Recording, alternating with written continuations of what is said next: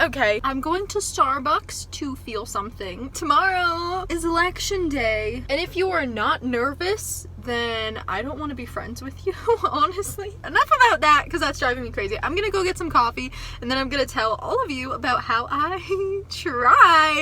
tried to quit my job. Okay, hi again. I'm at Starbucks. This is a drive-through, right? But if I'm not prepared, like, I can't go up there, you know? So I literally parked in the parking lot for like a good 2 minutes or so. Whenever they ask, okay, is that it? I'm like, wait, is that it? Like, is that all I'm getting? I have like issues if I'm thinking like that, because I'm thinking that what I want is not good enough. Oh my god. Okay, I need to go. Oh, please subscribe to my channel. Hit that red subscribe button. It truly means a lot. I appreciate it. Thank you. And good night. Okay, hello again. We should get into the content of this video. Wait, I feel like I wore the same thing in the last video. Lizzie McGuire, you were an outfit repeater. Now I feel like I gotta change. Just give me 1 second. I gotta change it up for you guys. Okay, so for legal reasons, this is a joke. Okay, that's just something people say. I tried to quit my job this past week.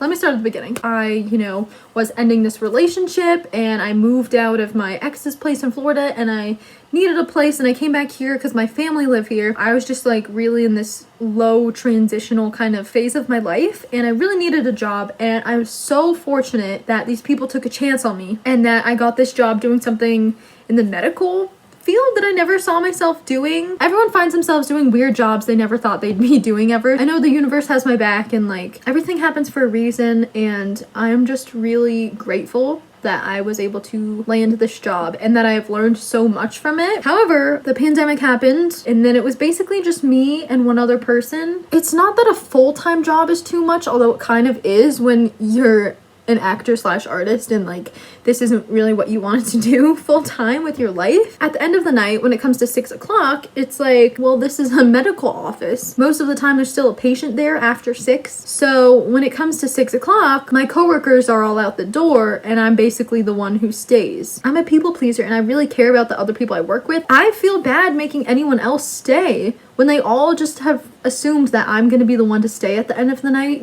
We literally don't have a punching clock thing. It's all handwritten, like we write down our hours. Once it started getting busy and I was like there full time, I was like, hey, like I wanna get paid, overtime, like should I write that in? And he just was so defensive and so rude to me. He was like, no one's ever done that before. Usually people just work 10 extra minutes here and 10 extra minutes there. And I'm like, well, I'm working even more than that. He finally was like, okay, we'll pay you what, you have to be paid. And I'm like, okay, why are you so difficult about it? My coworker heard one day when we were talking about this, and she was like, it's funny how you get paid for overtime, but I don't get paid for like coming in early in the mornings. We all come in early. And like at the time, I didn't realize, but we really weren't getting paid for coming in early. The place opens at 9 a.m., but we have to be there at like 8:50, turn on all the equipment and turn on the computers and check the patients in, because the patients don't know that the place doesn't open until 9. Like the first appointment is at 9 and it opens at 9. No one was clocking in for before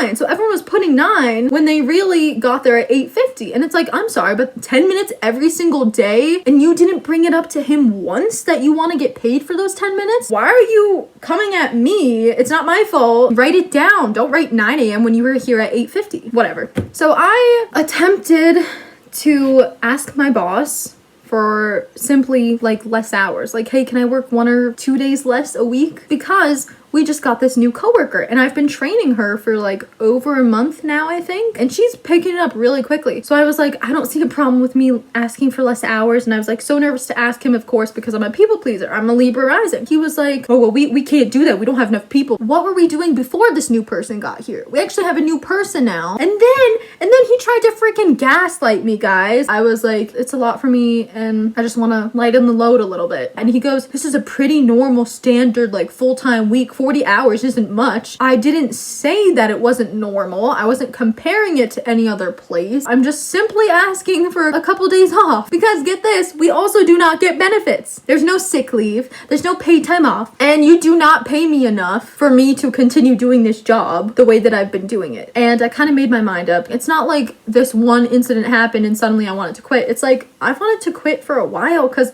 I'm unhappy. Like, it just makes me so unhappy. I literally said in my other video that I wake up every morning and go, no, really loudly. That's not how I want to wake up in the morning, you know, and not stressed all the time. So we finally got to the end of the night and I was the last one there and I was like sweating buckets and we both sat down and I was like, I just like to give you my 2 weeks notice. And he was actually really understanding, but he also guilted me into saying that I would work 1 to 2 days a week until I move. I said when I was quitting, like, oh, eventually, like, I'm gonna be, you know, moving to LA and I would just like to spend time with my family and stuff before I get going. And he seemed to understand that. And then I get this email in the morning. I spoke to my wife, like, we understand why you're trying to move to LA because I know I want to be an actor. And then he goes, what we don't understand is why you're trying to move in January 2021. Is that really the best idea?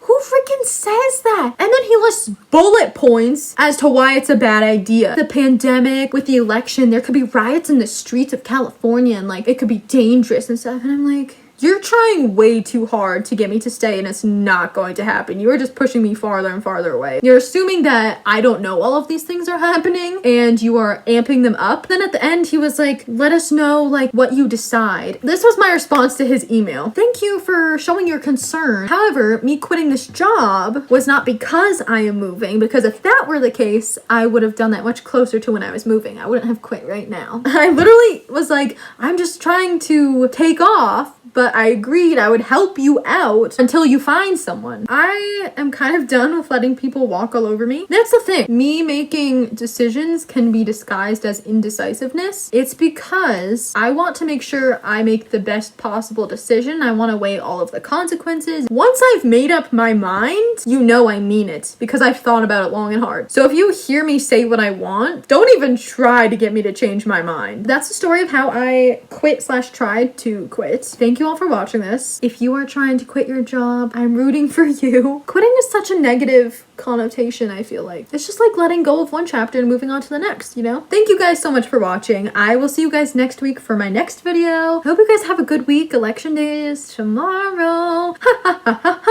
Peace out.